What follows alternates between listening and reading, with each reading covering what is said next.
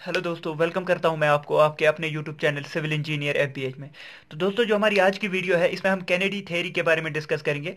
तो design of canals के बारे में जो दो थेरीज है वो है Kennedy theory and lessee's theory. तो आज की वीडियो हम कैनेडीज थ्योरी डिस्कस करेंगे और नेक्स्ट वीडियो में हम जो है लेसीज थ्योरी डिस्कस करेंगे। तो यहाँ पर कैनेडीज थ्योरी आपको याद रखना होगा कि कैनेडी जो था ये एक असिस्टेंट इंजीनियर था शायद।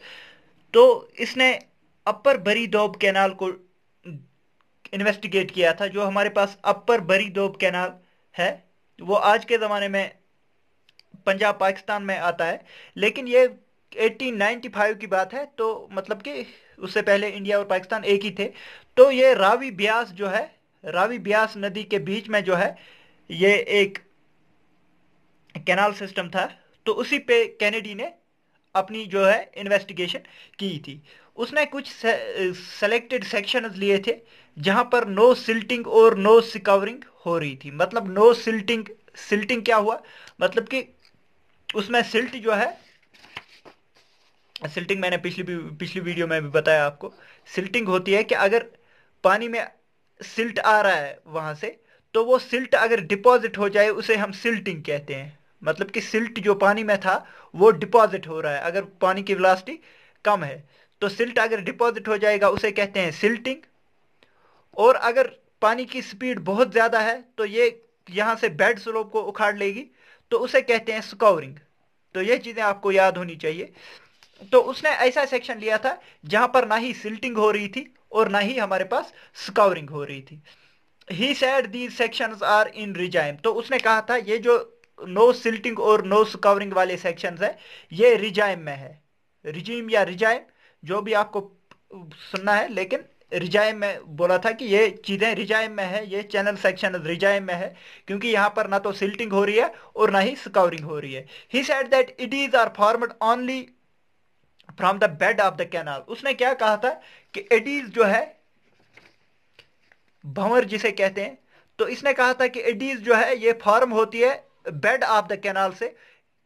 बोला था कि साइड स्लोप से एडीज जो है जनरेट नहीं होती है। These eddies are responsible to keep silt in the suspension due to no silting occurs. तो इसने क्या कहा था, जो हमारे पास पानी के साथ जो सिल्ट आ रही है, तो ये जो यहाँ पर बन रहे हैं भंवर, तो ये जो है ये इस सिल्ट को जो है यहां पर डिपॉजिट नहीं होने देती है, इसलिए जो है सिल्ट की डिपोजिशन नहीं होती है, सिल्टिंग नहीं होती है। तो उसने कहा था कि हम अगर वेलोसिटी निकालेंगे जिसको हम क्रिटिकल वेलोसिटी कहते हैं, तो क्रिटिकल वेलोसिटी के लिए उसने फार्मूला दिया था। ये फार्मूला जो है V naught is equal to 0.55 D raised power 0.64। ये आपको याद रखना है कि ये पहले दिया था उसने फार्मूला, लेकिन फिर बाद में इसको मॉडिफाई किया था। तो ये फार्मूला बोला था उसने कि ये सिर्फ और सिर्फ बरी दोब कैनाल सिस्टम के लिए वैलिड है। ये फार्मूला उसने बताया था कि ये सिर्फ बरी दोब कैनाल जो हमारे पास कैनाल सिस्टम है उसके लिए वैलिड है। फिर उसने बाद में बताया कि for other sections Kennedy introduce the critical velocity ratio. तो अदर सेक्शंस के लिए उसने क्रिटिकल वेलोसिटी रेशियो एम को इंट्रोड्यूस किया था। तो फिर बोला था कि ये वेलोसिटी, क्रिटिकल वेलोसिटी जो है ये होगी 0.55 M D raise to power 0.64। तो ये एम इंट्रोड्यूस किया था।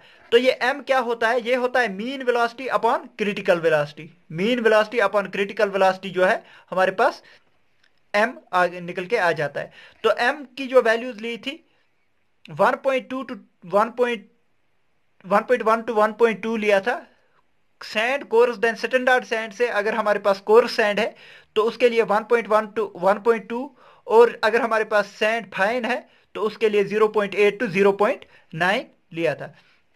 तो कैनेडी ने क्या बोला था कि हमारे पास जो चैनल सेक्शंस होती है वो ट्रेपिजॉइडल सेक्शंस होती है और applicable to irrigation channels only. ये जो कैनेडी थ्योरी है ये सिर्फ और सिर्फ इरिगेशन चैनल्स के लिए जो है वैलिड होती है। इसके बाद जो है इसने design steps of the canal बताए थे कि डिजाइन स्टेप्स ऑफ कैनाल क्या होते हैं, क्या डिफरेंट स्टेप्स होते हैं हमारे पास, ताकि हम डिजाइन करेंगे एक कैनाल सेक्शन को। उसके लिए हमारे पास डिस्चार्ज, एन की वैल्यू, एम की वैल्यू और एस की वैल्यू, साइड स्लोप की वैल्यू, ये सब वैल्यूज दी थी।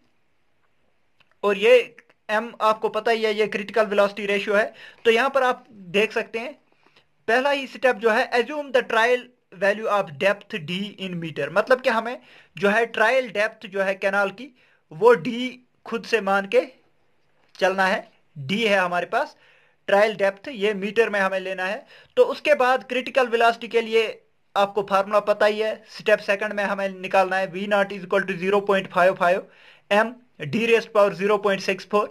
ये मैं आपको क्यों पढ़ा रहा हूं, क्योंकि ये फार्मूले जो हैं डायरेक्टली इनसे ऑब्जेक्टिव बनते हैं। नेक्स्ट आ जाते हैं हमारे पास, फिर जब ये क्रिटिकल वेलोसिटी हमने फाइंड आउट की स्टेप सेकंड में, स्टेप थर्ड में जो है हम एरिया निकाल सकते हैं, क्योंकि हमें पता है discharge is equal to area into volume. तो यहां से हमारे पास एरिया निकल के आ जाएगा, area is equal to discharge upon critical velocity V naught, जो हमारे पास डिस्चार्ज मैंने पहले ही बता दिया था, डिस्चार्ज हमारे पास गिवन होगा। तो इसके बाद आ जाते हैं हम फॉर ट्रेपिजॉइडल सेक्शन। अगर हमारे पास एक ट्रेपिजॉइडल सेक्शन है, उसके लिए हम बी कैलकुलेट करते हैं। बी क्या हुआ, मतलब कि विड्थ कैलकुलेट करते हैं। यहां पर आप देख सकते हैं यह है विड्थ। तो यह कैलकुलेट करने के लिए हमारे पास एरिया, अगर स्लोप साइड स्लोप हम मान के चलते हैं 1/2:1 है हमारे पास साइड स्लोप, तो हमारे पास एरिया आता है B D plus D square by 2। तो डी हमने डेप्थ पहले एज्यूम किया हुआ है पहले ही, तो यहां से हमारे पास जो है इस बी की वैल्यू निकल के आ जाएगी। एरिया हमने यहां से निकाला है, तो यहां एरिया पुट करके हमारे पास डी भी हमने पहले एज्यूम किया हुआ है, तो बी निकल के आ जाएगा।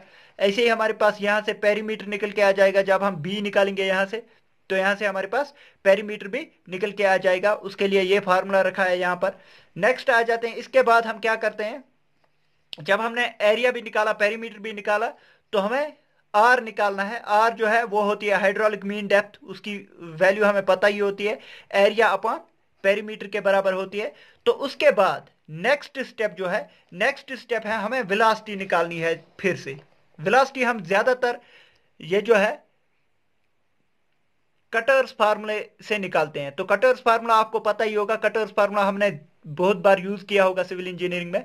तो 1/n23 0.00155 divide by S upon 1 plus 23 plus 0.1000155 divide by S N divide by under root R into under root R S. तो ये हमारे पास कटर्स इक्वेशन से वेलोसिटी निकाली, या फिर हम इस इक्वेशन से भी निकाल सकते हैं। ज्यादातर हम कटर्स इक्वेशन ही इस केस में यूज करते हैं। तो हमारे पास ये कटर्स वेलोसिटी, अगर हमारे पास जो हमने पहले निकाली थी वेलोसिटी क्रिटिकल वेलोसिटी, अगर ये कटर्स वेलोसिटी क्रिटिकल वेलोसिटी के इक्वल आ गई, देन डिजाइन इज करेक्ट। तो फिर हमारा डिजाइन करेक्ट है। अगर ये ऐसा नहीं हुआ, तो हमें फिर से स्टेप 1 से रिपीट करना है, फिर से एज्यूम करना है डेप्थ को, और फिर से ये सारे स्टेप्स जो है एक एक करके चलने हैं। तो कटर्स इक्वेशन से जो वेलोसिटी की वैल्यू आ गई, अगर वो हमारे पास क्रिटिकल वेलोसिटी के इक्वल है, तो हमारा डिजाइन करेक्ट है। वरना हमें फिर से जो है यहां पर पहुंचना है, यहां पर डेप्थ एज्यूम करना है। तो आई होप कि आपको समझ में आ गया होगा कि हम डिजाइन कैसे करते हैं, एक कैनेडीज इक्वेशन से एक कैनाल को हम कैसे डिजाइन कर सकते हैं। तो दोस्तों ये थी आज की वीडियो। अगर आपको वीडियो पसंद आई, वीडियो को लाइक कीजिए, शेयर कीजिए अपने दोस्तों के साथ, और सब्सक्राइब कीजिए हमारे चैनल सिविल इंजीनियर FBH को। थैंक यू दोस्तों, thank you for watching the video.